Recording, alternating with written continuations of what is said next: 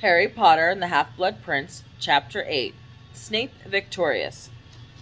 Harry could not move a muscle. He lay there beneath the invisibility cloak, feeling the blood from his nose flow, hot and wet, over his face, listening to the voices and footsteps in the corridor beyond. His immediate thought was that someone surely would check the compartments before the train departed again, but at once came the dispiriting realization that even if somebody looked into the compartment, he would be neither seen nor heard. His best hope was that somebody else would walk in and step on him.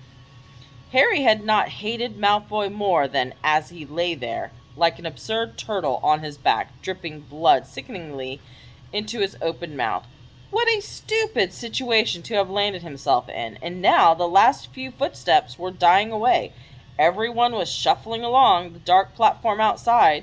He could hear the scraping of trunks and loud babble of talk. Ron and Hermione would think that he had left the train without them. Once they arrived at Hogwarts and took their places at the Great Hall, they would look up and down the Gryffindor table a few times and finally realize that he was not there. He, no doubt, would be halfway back to London.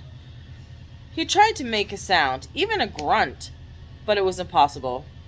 Then he remembered that some wizards, like Dumbledore, could perform spells without speaking, so he tried to summon his wand, which had fallen out of his hand, by saying the word Accio Wand over and over again in his head, but nothing happened. He thought he could hear the rustling of some trees that sounded by the lake, and the far-off hoot of an owl, but no hint of a search being made, or even his despised himself slightly for hoping it, panicked voices of wondering where Harry Potter had gone. A feeling of hopelessness spread through him as he imagined that the convoy of Thestrals-drawn carriages trundling up to the school, and to the muffled yells of laughter issuing from whichever carriage Malfoy was riding in, where he would be recounting his attack on Harry to Crabbe, Goyle, Zabini, and Pansy Parkinson. The train lurched, causing Harry to roll over on his side. Now he was staring at the dusty underside of the seats instead of the ceiling. The floor began to vibrate as the engine roared to life. The express was leaving, and nobody knew he was still on it. Then he felt the invisibility cloak fly off him. With a voice overhead said, "Watch, Harry!" There was a flash of red light, and Harry's body unfroze. He was able to push himself into a more dignified sitting position, hastily wiping the blood off his bruised face with the back of his hand, and raised his head to look up at Tonks, who was holding the invisibility cloak she had just pulled away from him. "We better get off here quickly," she said, as the train window became obscured with steam as they began to move out of the station. "Come on, we'll jump." Harry hurried over to her into the corridor. She pulled open the train door and leapt onto the platform, which seemed to be sliding underneath them as the train gathered momentum. He followed her, staggering a little on landing, then straightened up in time to see a gleaming scarlet steam engine picking up speed round the corner and disappeared from view. The cold night air was soothing to his throbbing nose. Tonks was looking at him. He felt angry and embarrassed that he'd been discovered in such a ridiculous position. Silently, she handed him his invisibility cloak. "Who did it?" "Draco Malfoy," said Harry bitterly. "Thanks for... well, no problem," said Tonks, without smiling.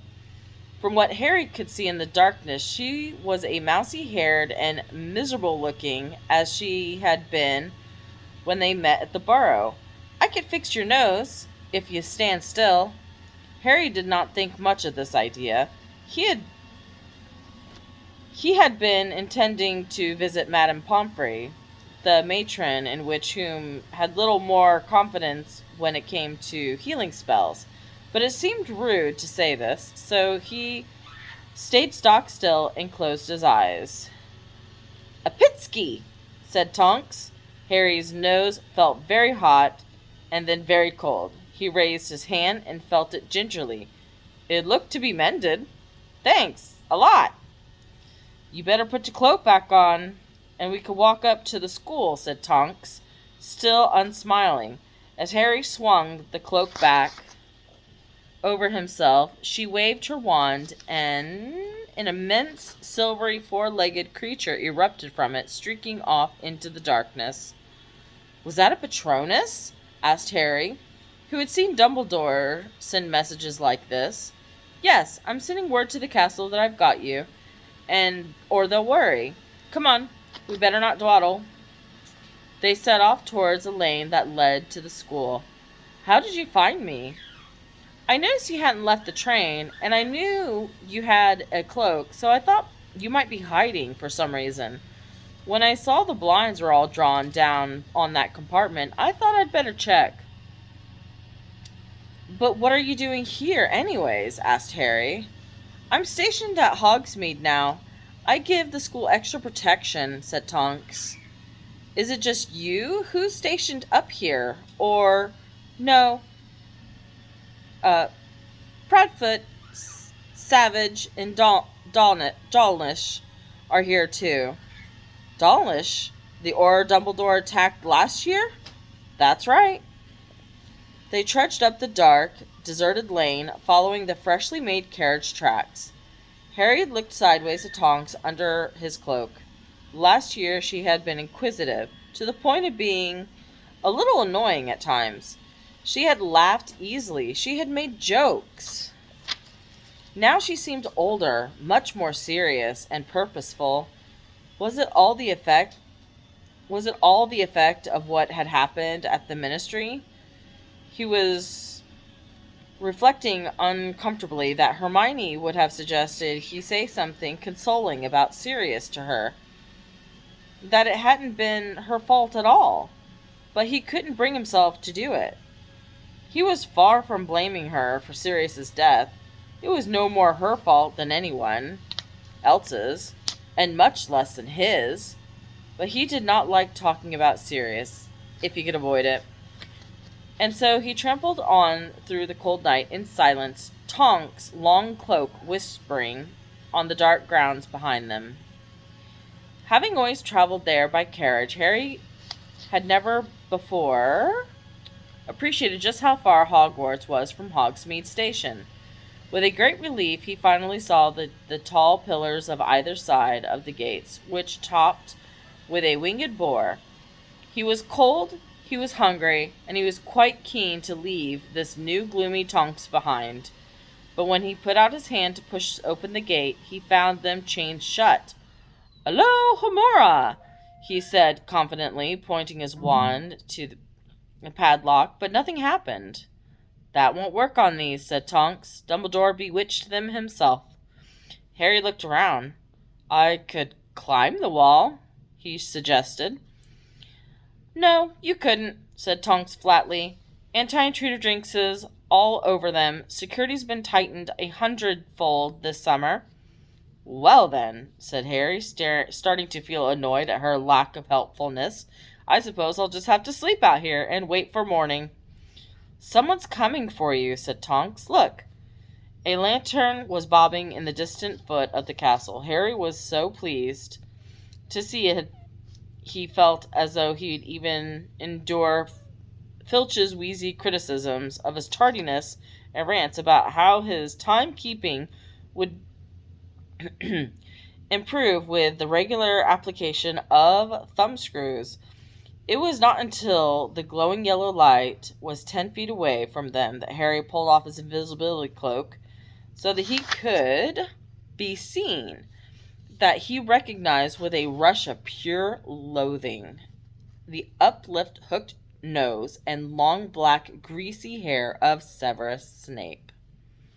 "Well, well, well," sneered Snape, taking out his wand and rapping the padlock once, so that the chains snaked backwards and the gates creaked open. "Nice of you to turn up, Potter, although you evidently decided that wearing your school robes would be distract you from your appearance. I couldn't change. I didn't have my... Harry began, but Snape cut across him. There is no need to wait, Nymphadora. Potter's quite, safe in my hands. I meant Hagrid to get the message, said Tonks, frowning.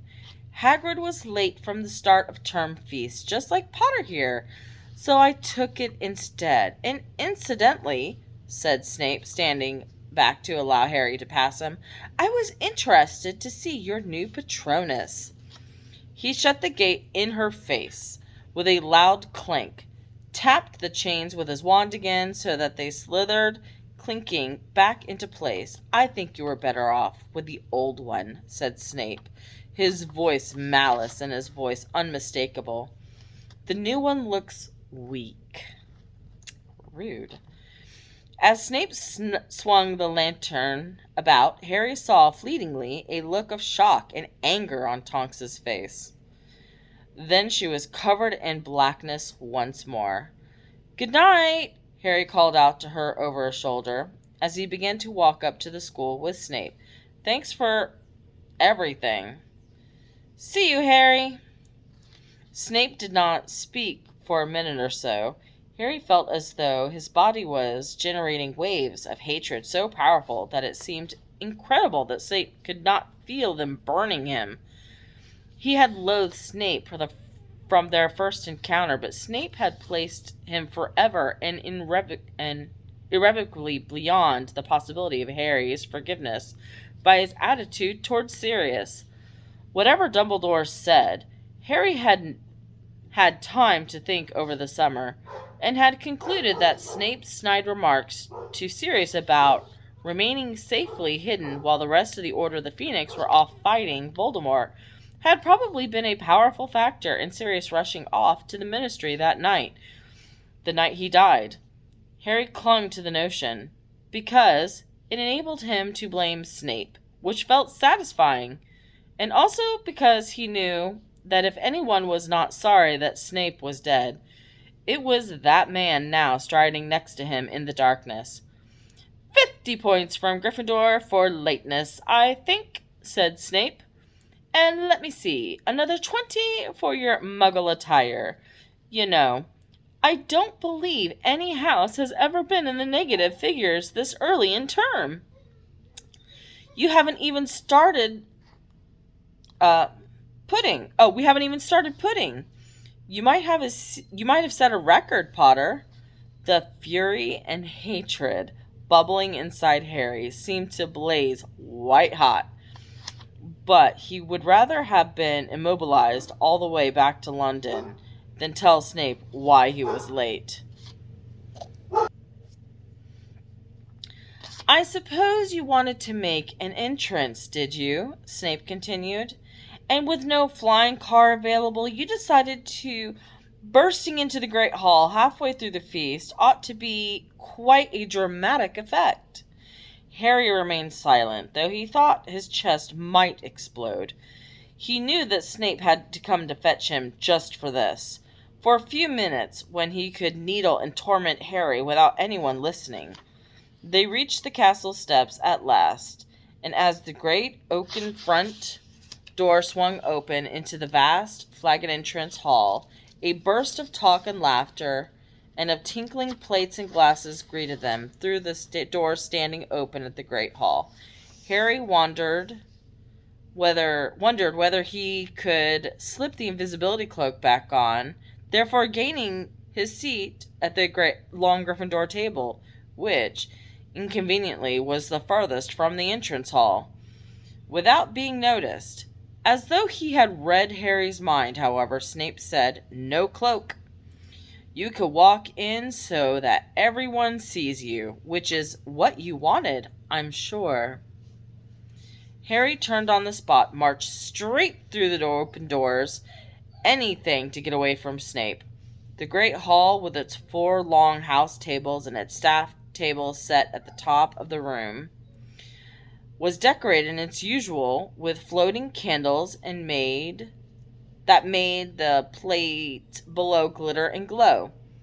It was all shimmering blur to Harry, however, who walked so fast that he was passing the Hufflepuff table before people really started to stare.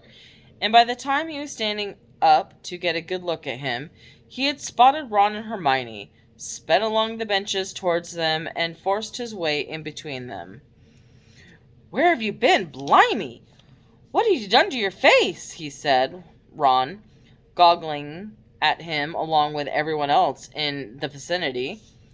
"Why, what's wrong with it?" said Harry, grabbing a spoon and squinting at his distorted reflection.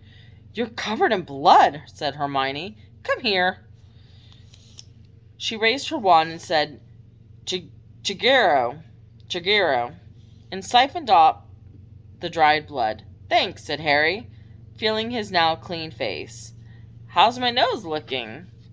"Normal," said Hermione anxiously. "Why wouldn't it? Harry, what happened? We've been terrified." "I'll tell you later," said Harry curtly. He was very conscious that Ginny, Neville, Dean, and Seamus were listening in, and nearly headless Nick, the Gryffindor ghost who had been floating along the bench to eavesdrop.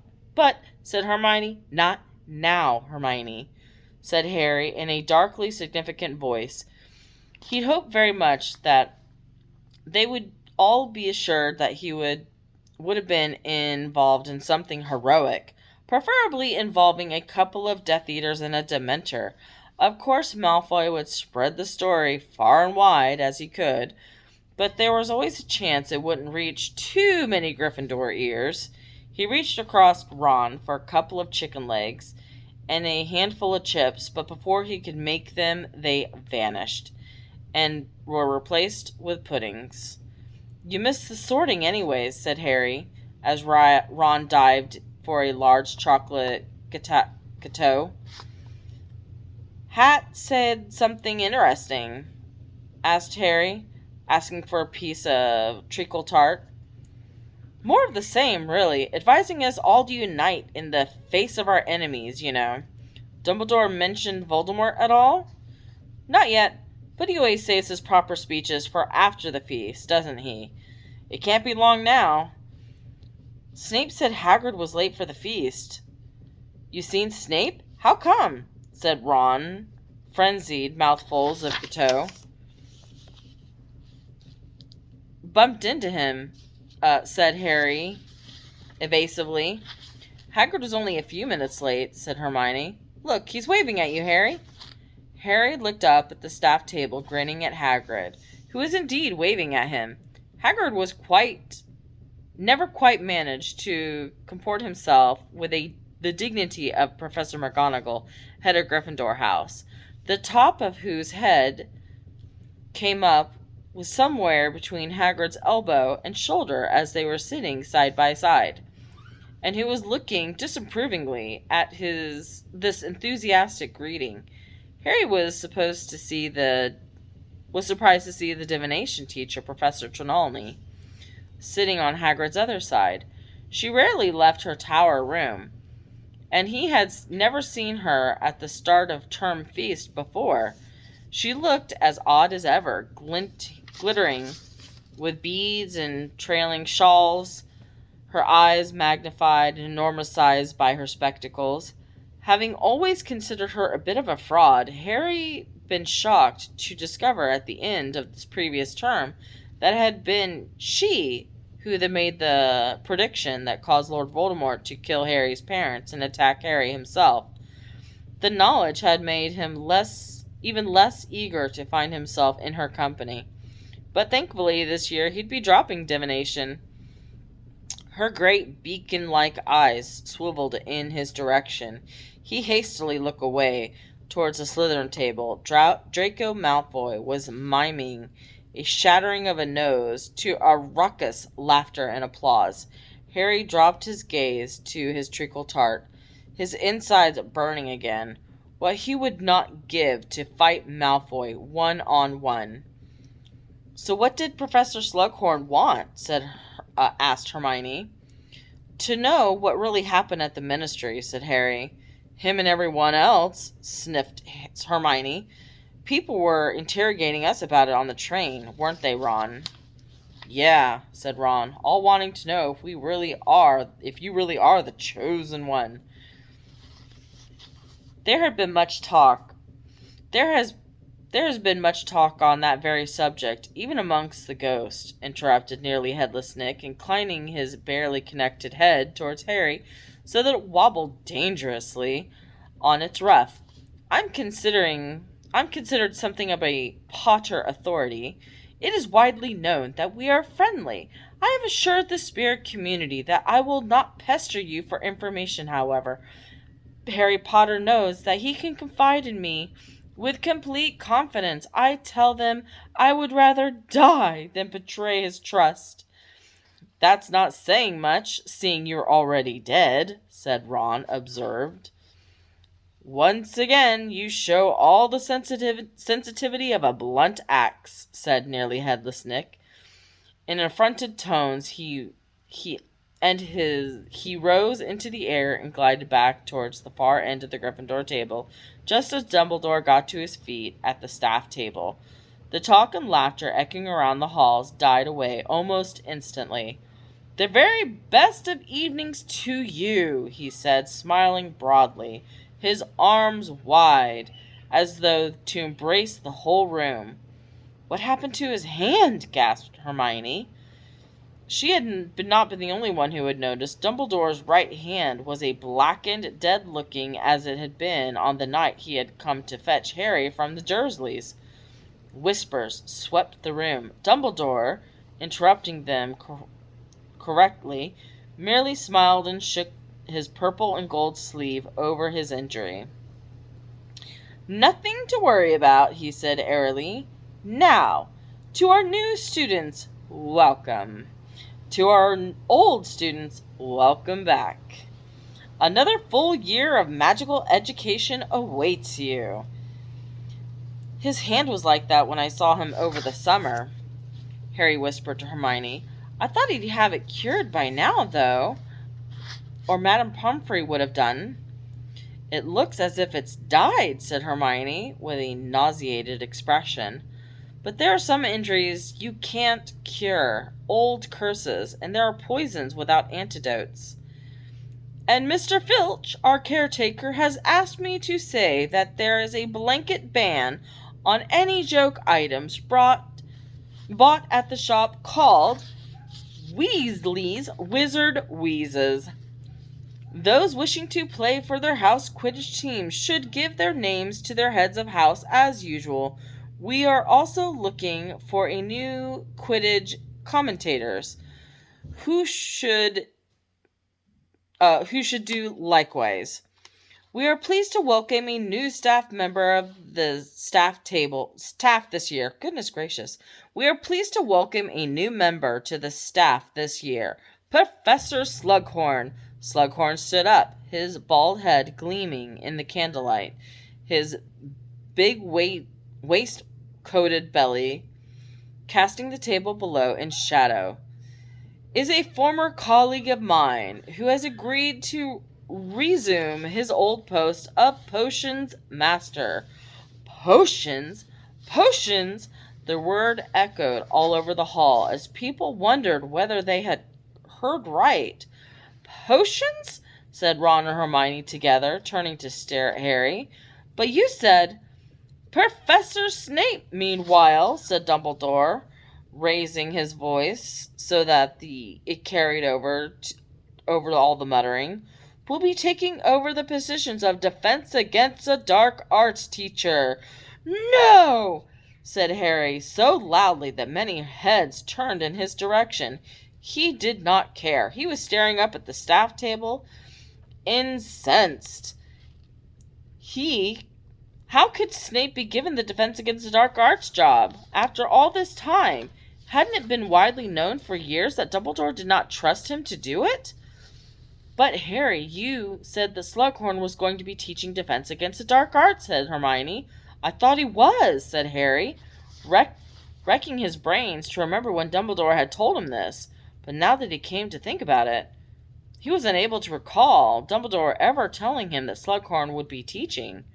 Snape, who was now sitting on Dumbledore's right, did not stand up at the mention of his name. He merely raised his hand in lazy acknowledgement at the applause from the Slytherin table. Yet Harry was sure he could detect a look of triumph on the features he loathed so much. "Well, there's one good thing," he said savagely. "Snape will be gone by the end of this year." Yay! "What do you mean?" asked Ron. "The job's jinxed. No one lasts more than a year. Quirrell actually died doing it. Personally, I'm going to keep my fingers crossed for another death." "Harry!" said Hermione, shocked and reproachful. "He might just go back to teaching potions at the end of the year," said Ron reasonably. "That Snughorn bloke might not want to stay long term. Moody didn't." Dumbledore cleared his throat. Harry, Ron, Hermione were not the only ones who had been talking. The whole hall had erupted in a buzz of conversation at the news that Snape had finally achieved his heart's desire. Seemingly obvious to the sensational nature of the news he had just imparted, Dumbledore said nothing more about staff appointments, but waited a few seconds to ensure that the silence was absolute before continuing. "Now, as everybody in the hall knows, Lord Voldemort and his followers are once more at large and gaining in strength. The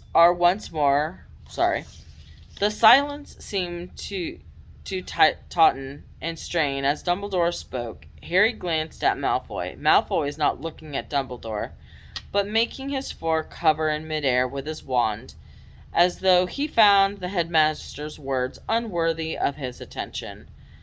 "I cannot emphasize strongly enough how dangerous the present situation is, and how much care each of us at Hogwarts must take to ensure that we remain safe. The castle's magical fortifications have been strengthened over the summer.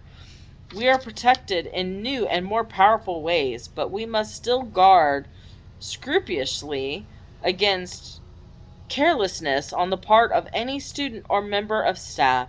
I urge you, therefore, to abide by any security restrictions that your teachers might impose on you, however irksome you might find them. In particular, the rule that you are not to be out of bed after hours. I implore you, should you notice anything strange or suspicious within the outside of the castle, to report it. Within or outside of the castle, to report it to a member of staff immediately. I trust you to conduct yourselves always with the utmost regard for your own and others' safeties." Dumbledore's blue eyes swept over the students before smiling once more. "But now, your beds await, as warm and comfortable as you could possibly wish, and I know that your top priority is to be well rested for your lessons tomorrow. Let us therefore say good night. Pip pip." With the usual deafening scraping noises, the benches were moved back, and hundreds of students began to file out of the great hall towards the dormitories. Harry, who was in no hurry at all to leave with the gawping crowd, nor to get near enough to Malfoy to allow him to retell the story of the nose-stomping, lagged behind, pretending to retie his lace on his trainers, allowing most of the Gryffindors to draw ahead of them. Hermione had darted ahead to fulfill her prefect's duties of shepherding the new first years, but Ron remained with Harry. "What really happened to your nose?" he asked, once they were at the very back of the throng, pressing out of the hall and out of earshot of everyone else. Harry told him. It was a mark of the strength of their friendship that Ron did not laugh. "I saw Malfoy miming something to do with a nose," he said darkly. "Yeah, well, never mind that," said Harry bitterly. "Listen to what he was saying before he found out I was there." Harry had expected Ron to be stunned by Malfoy's boasts. With what Harry considered pure pig-headedness, however, Ron was unimpressed. Come on, Harry. He was just showing off for Parkinson. But what kind of mission would you-know-who have given him? How do you know Voldemort wouldn't need someone at Hogwarts? It wouldn't be the first. I wish you'd stop saying his name, Harry, he said reproachfully behind them. Harry looked over his shoulder to see Hagrid shaking his head. Dumbledore uses his name, said Harry stubbornly. Yeah, well, that's Dumbledore, innit? Said Hagrid mysteriously. So, how come you late, Harry? I was worried. Got held up on the train, said Harry. Why were you late? I was with Grop, said Hagrid happily. Lost track of time. He's got a new home up in the mountains now. Dumbledore fixed it. Nice big cave. He's much happier than he was in the forest. We were having a good chat. Really? Asked Harry, taking care not to catch Ron's eye. The last time he met Hagrid's half-brother, a vicious giant with a talent for ripping up trees by the roots, his vocabulary had been comprised of 5 words, 2 of which he was unable to pronounce properly. Oh, yeah, he's really come on, said Hagrid proudly. Yeah, I'll be amazed. I'm thinking of training him up as my assistant. Ron snorted loudly, but managed to pass it off as a violent sneeze. They were now standing beside the oak front door. Anyways, I'll see you tomorrow. First lesson straight after lunch. Come early and you can say hello to Witherwings. Raising an arm in a cheery farewell, he headed out for the front door into the darkness. Harry and Ron looked at each other. Harry could tell that Ron was experiencing the same sinking feeling as himself. You're not taking magical creatures, are you? Ron shook his head. And you're not either, are you? Harry shook his head. And Hermione, said Ron. She's not, is she? Harry shook his head again. Exactly what Hagrid would say when he realized his 3 favorite students had given up his subject. He did not like to think. Aw, poor Hagrid.